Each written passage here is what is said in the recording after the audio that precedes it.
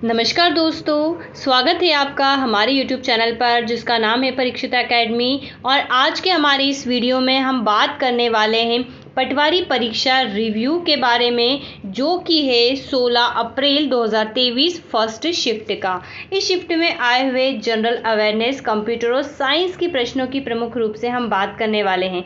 So guys, अगर आप भी हमारे इस चैनल पर नए हैं तो चैनल को सब्सक्राइब करें, वीडियो पसंद आता है तो इसे लाइक और शेयर ज़रूर करें। और अगर आपका एग्ज़ाम अभी भी नहीं हुआ है तो शायद आपको इससे कुछ हेल्प मिले।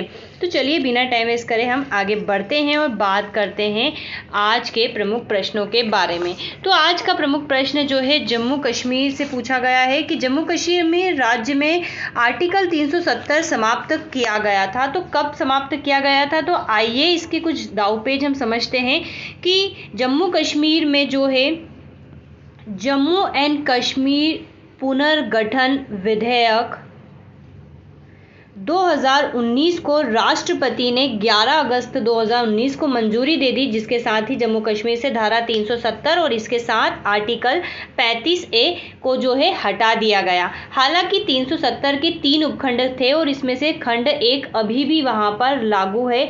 और अगर हम बात करें तो 5 अगस्त, आपको तारीख में कंफ्यूज नहीं होना है क्योंकि 5 अगस्त 2019 को राज्यसभा में जो यह विधेयक है ये पेश किया गया था, जहां पर पक्ष में 125 तथा विपक्ष में 61 वोट पड़े थे। और राज्यसभा से पारित होने के बाद ये लोकसभा में 6 अगस्त को प्रस्तुत किया जाता है और वहां पर भी जो है 370 वोटों से इसके पक्ष में वोट आते हैं और पारित हो जाता है। और फिर फाइनली जो है 11 अगस्त 2019 को राष्ट्रपति इस विधेयक पर अपने हस्ताक्षर करके इसको मंजूरी दे देते हैं। तो इसी के साथ जो जम्मू कश्मीर राज्य है वो 2 यूटी में बन जाता है, एक जम्मू कश्मीर और एक लद्दाख। तो जम्मू यानी कि केंद्र शासित प्रदेश। तो जम्मू कश्मीर जब अस्तित्व में आता है तो इसमें 22 जिले रखे जाते हैं और जो यूटी लद्दाख होता है उसमें 2 जिले रखे जाते हैं, लेह और कारगिल, और इसमें 22 जिले हैं। जम्मू कश्मीर में विधानसभा है जिसका कार्यकाल 5 वर्ष का है, बिल्कुल दिल्ली की तरह। और लद्दाख जो है पूर्ण रूप से यूटी में है, यहाँ पर विधानसभा का प्रावधान नहीं किया गया है। एक और इम्पॉर्टेंट बात है, हो सकता है क्वेश्चन यहाँ से बन जाए, धारा 370 हटने के बाद जम्मू कश्मीर के जो राज्यपाल थे उस समय वो थे सत्यपाल मलिक। ठीक है, ये क्वेश्चंस भी याद रखना, सत्यपाल मलिक थे। और जम्मू कश्मीर में अनुच्छेद 356, 360 तथा आरटीआई अब लागू होंगे। कई सारे जो है विशेष राज्य का दर्जा होने के कारण लागू नहीं थे। और एक और इम्पॉर्टेंट बात बता देते हैं, जैसे ही ये यूटी बना अब वहां पर जो है उपराज्यपाल अपॉइंट होने लग गए। तो जम्मू कश्मीर में के पहले उपराज्यपाल बने गिरीश चंद्र मुर्मू। ठीक है, याद रखना, गिरीश चंद्र मुर्मू। और लद्दाख के पहले जो उपराज्यपाल बनाए गए वो बनाए गए राधा कृष्ण माथुर। तो इतने फैक्ट आपको याद रखना चाहिए, अगर क्वेश्चन हो सकता है किसी अन्य एग्जाम में पूछा जाए। तो चलिए आगे बढ़ते हैं और बात करते हैं नेक्स्ट क्वेश्चंस की। तो नेक्स्ट क्वेश्चन पूछा गया है कि तात्या टोपे, मध्य प्रदेश में जो तात्या टोपे स्टेडियम है वो कहाँ पर स्थित है? तो मध्य प्रदेश में बात करें तात्या टोपे स्टेडियम की तो वो है भोपाल में स्थित। 1962 में इसकी स्थापना हुई थी और ये खेल संग्रहालय भी, और यहाँ पर जो है जर्मन ट्रैक की सुविधा है। इसके अलावा भोपाल में बात करें तो एक और स्टेडियम है, ऐशबाग स्टेडियम, काफी फेमस है, क्वेश्चन यहाँ से भी आते हैं। कृत्रिम घास एस्ट्रोटर्फ के लिए प्रसिद्ध है, हॉकी का है। देन इसके अलावा जो है बाब ए अली है जो कि क्रिकेट का है, और प्रकाश तरुण पुष्कर भी है जो वाटर स्पोर्ट्स स्विमिंग के लिए प्रसिद्ध है। तो इतने आई थिंक फैक्ट आपको याद रखने चाहिए। अगले प्रश्न की तरफ बढ़ते हैं। तो मध्य प्रदेश एथलेटिक संघ कहाँ पर का जो है हेडक्वार्टर कहाँ है? तो भोपाल में है। इसके अलावा और भी संघ है लेकिन वीडियो बड़ा हो जाएगा, आपको ध्यान रखना है, जैसे कि पारसी क्लब वगैरह, जो एक बैडमिंटन एसोसिएशन वगैरह आपको याद होना चाहिए। अगले प्रश्न की तरफ बढ़ते हैं। उत्तराखंड हाईकोर्ट को नैनीताल से कहां पर शिफ्ट कर दिया गया है? तो वो हल्द्वानी में शिफ्ट कर दिया गया है। अगले प्रश्न की तरफ बढ़े तो नाबार्ड की स्थापना कब हुई थी? तो नाबार्ड की जो स्थापना है, क्वेश्चन जो है पटवारी में रिपीट हुआ है, नाबार्ड की स्थापना जो है शिवरमन कमेटी की सिफारिश पर हुई है 12 जुलाई 1982 को। अगले क्वेश्चन की तरफ बढ़े तो किस बैंक ने अपने बॉन्ड का नाम बंधन रखा है? तो उसका नाम ही है बंधन बैंक। अगले प्रश्न की हम बात करें तो केंद्रीय खेल मंत्री अनुराग सिंह ठाकुर ने वाटर स्पोर्ट्स सेंटर का उद्घाटन कहाँ किया? तो इन्होंने हाल ही में जो है हिमाचल प्रदेश में किया। स्लमडॉग मिलियनेयर फिल्म में कौन अभिनेता थे? तो ये इरफान खान थे। आगे क्वेश्चंस की तरफ अगर हम बढ़े तो प्रश्न आया है कि सिंधी लिपि से संबंधित कोई प्रश्न था।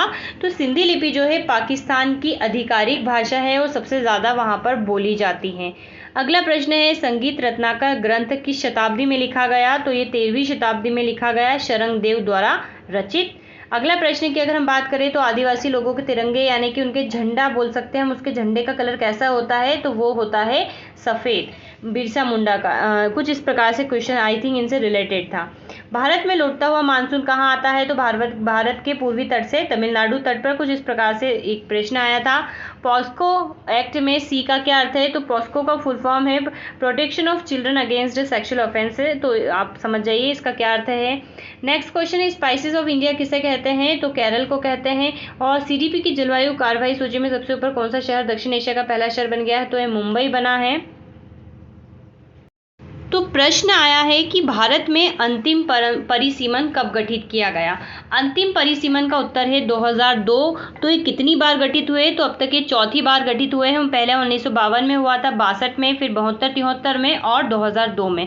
अब परिसीमन होता क्या है इसकी अगर हम बात करें तो भारतीय संविधान के अनुच्छेद 82 में इसके बारे में जिक्र है कि विधायी निकाय वाले एक देश में प्रांत में प्रादेशिक निर्वाचन क्षेत्रों की सीमा या सीमा रेखा को निश्चित करने का काम या प्रक्रिया, अर्थात समय समय पर जनसंख्या के अकॉर्डिंग जो विधानसभा या लोकसभा के जो चुनावी क्षेत्र होते हैं उसको सुनिश्चित करना जो है इसका मुख्य रूप से काम है। परिसीमन आयोग की जो अध्यक्षता है सुप्रीम कोर्ट के एक अवकाश प्राप्त न्यायाधीश द्वारा की जाती है। इसके अतिरिक्त इस आयोग में मुख्य निर्वाचन आयुक्त, निर्वाचन आयोग के और संबंधित राज्यों के निर्वाचन आयुक्त भी होते हैं। ठीक है, इसके अलावा इनके साथ 10 सदस्यों की नियुक्ति परिसीमन आयोग में होती है। तो इस प्रकार से परिसीमन के बारे में इतनी बातें हमने कर ली। अब आइए हम आगे बढ़ते हैं और अगले प्रश्न की बात करते हैं। तो संगीत सार के रचिता कौन है? तो संगीत सार के जो रचिता है महाराजा प्रताप सिंह है, जिनका कार्यकाल इतने टाइम तक था, जयपुर राजस्थान से। तो देखिए क्वेश्चंस कहाँ से आ रहे हैं। अगला प्रश्न है, ग्वालियर की रानी लक्ष्मीबाई से संबंधित कोई क्वेश्चंस पूछा गया है। 2000 की कुछ 10 की करेंट बीमा पॉलिसी से संबंधित या इसके लगभग कोई प्रश्न आया है। नए अधिनियम लागू है, कुछ इस तरीके से कुछ क्वेश्चन आया था। और सिंधु घाटी सभ्यता से एक प्रश्न जो है पूछा गया है। तो इतने प्रश्न जो है हाल पूछे गए हैं जनरल अवेयरनेस के। आइए अगले सेक्शंस की तरफ बढ़ते हैं। तो हम यहाँ पर बात करते हैं विज्ञान की यानी कि साइंस की। तो साइंस की बात करें तो क्वेश्चंस पूछा गया है, निम्न में से कौन से वायु प्रदूषक नहीं है? तो अगर हमारे पास ऑप्शंस होते हैं तो हम बेहतर तरीके से बता सकते हैं। आपको पता होना चाहिए जो वायु में प्रदूषण करते हैं वायु प्रदूषक कहलाते हैं। इनको कई सारी कैटेगरी के तरीके से डिफाइन किया जाता है, जैसे प्राथमिक प्रदूषक, द्वितीयक प्रदूषक में SO2 वगैरह आता है, इसमें SO3, H2SO4 आता है, या फिर कोई अन्य प्रदूषक जैसे CFC वगैरह बहुत सारा आता है। तो I think option based question से होता तो जरूर कहते हैं बता पाते हैं। अगला प्रश्न है कि निम्न में से द्रव धातु कौन सी है? तो सबको पता है पारा मरकरी, इसको मरकरी कहते हैं। ठीक है, ध्वनि से संबंधित कोई प्रश्न पूछा गया था, इक्वेटोरियल रीजन में क्वालिटी क्यों खराब हो जाती है, कुछ इस प्रकार से कुछ क्वेश्चन था। और फॉस्फिन कहाँ बनता है? तो बृहस्पति तथा शनि के अंदरूनी हिस्से में बनता है। ध्वनि की तीव्रता को मापने की इकाई क्या है? तो डेसिबल है। और अब तो इतने ही क्वेश्चन जो है साइंस के मिल पाए, ज़्यादा प्रश्न नहीं है। अगर हम बात करें आगे कंप्यूटर की तो जो स्पेसिफिक क्वेश्चंस मिले हैं सबसे पहली बात उसकी करते हैं। तो माइक्रोसॉफ्ट एस क्या है? तो वेब ब्राउज़र है।